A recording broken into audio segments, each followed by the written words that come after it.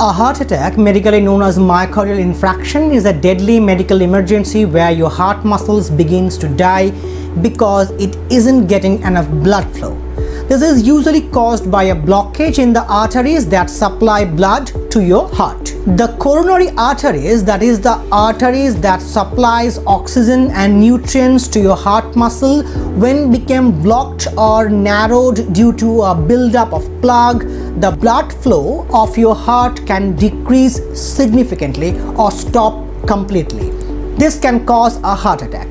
The lack of blood flow can occur because of many different factors, but is usually related to a blockage of one or more of your heart arteries. We have to remember that time is critical in treating a heart attack, and a delay, even a few minutes, can result in permanent heart damage or even death.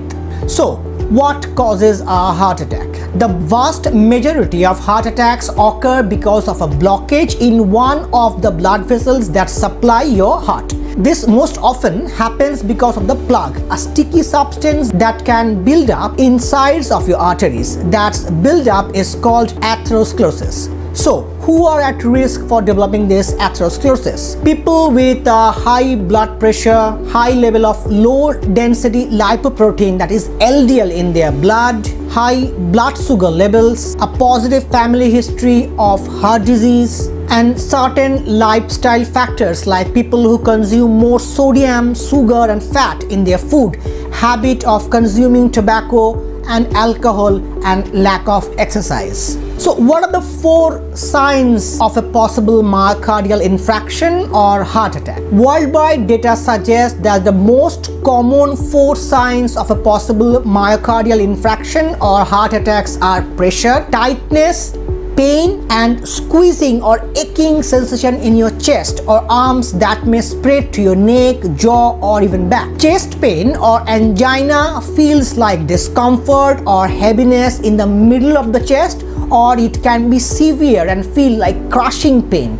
Along with, we have to remember that nausea and stomach discomfort might be a clinical representation of heart attacks, which can often be mistaken as indigestion. Again, some other less common symptoms include shortness of breath and fatigue, pain in abdomen, heart palpitations, and severe anxiety with profuse sweating. Next, a common question patients usually ask is, why do heart attacks happen at night or in early morning? Globally, researchers found that at around 6:30 a.m. the cardiac system sends out an increased amount of PAI-1 cells, that is plasminogen activator inhibitor 1, or also known as endothelial plasminogen activator inhibitor, which blocks the blood clots from breaking down.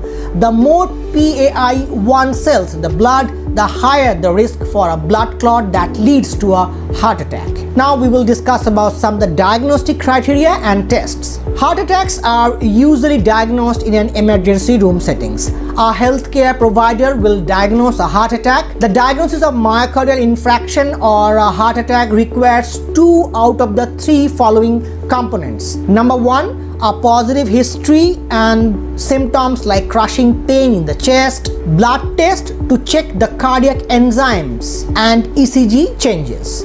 Cardiac markers or cardiac enzymes are proteins that leaks out from injured myocardial cells or heart muscles through their damaged cell membrane into the bloodstream. The levels of cardiac markers rises over time, which is why blood tests are taken over a 24-hour period, because these enzyme levels are not elevated immediately followed by a heart attack. Some common blood tests to check cardiac enzymes are: number 1, the most important is troponin test. Troponin or the troponin complex is a complex of 3 regulatory proteins, troponin C, troponin I and troponin T, that are integral to muscle contraction. This is the most sensitive and specific test to diagnose the heart muscle damage. When your heart muscles are damaged, these troponin enzymes are released from the cardiac muscles into the blood flow. A normal value of troponin T is less than 0.2 ng per milliliter. This test is the most useful test in acute MI.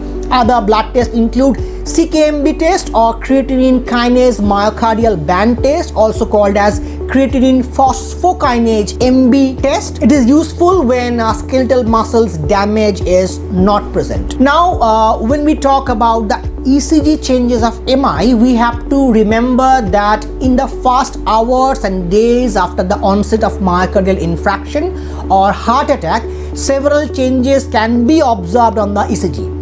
First, we can see a large peak T waves or hyperacute T waves, then ST elevation, then negative T waves, and finally pathogenic Q waves can be observed. The pathogenic Q waves are a sign of previous myocardial infarctions. They are the result of absence of electrical activity, as scar tissue is electrically dead and therefore results in pathogenic Q waves.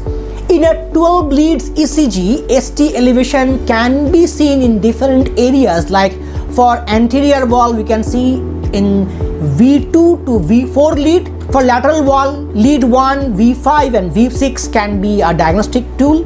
For inferior wall infraction, lead 3 and AVF. But in posterior wall, we can see that ST depression with upright T waves. Treatment and prevention. Heart attacks require immediate interventions before going to hospital, like performing CPR or chest compression, as the first 1 hour after heart attack is called the golden hour, because if within this time blood flow cannot reach into the brain or the other vital organs, there might be a high chance that we can lose the patient. So if you want to know about how to give CPR, you can watch the video on simple steps of CPR. Give it in the I button and also in description. Now, after reaching to hospital, after the test and medication given by your doctor may also send you to undergo a minimal invasive procedure called percutaneous coronary intervention or PCI, formerly referred to as angioplasty with a stent, or your doctor also want to perform a coronary artery bypass graft or CABG. In this procedure, your doctor will restore your blood flow by rerouting your veins and arteries so that the blood can move around the blockage and your heart gets proper blood supply. So we can understand that MI or heart attack can happen to anyone at any point of time. So taking preventive measures and lifestyle changes are necessary. Now, if you find this video helpful, share this information to others to create awareness. See you in the next video. Till then, take care, be happy and stay healthy. Ta-ta!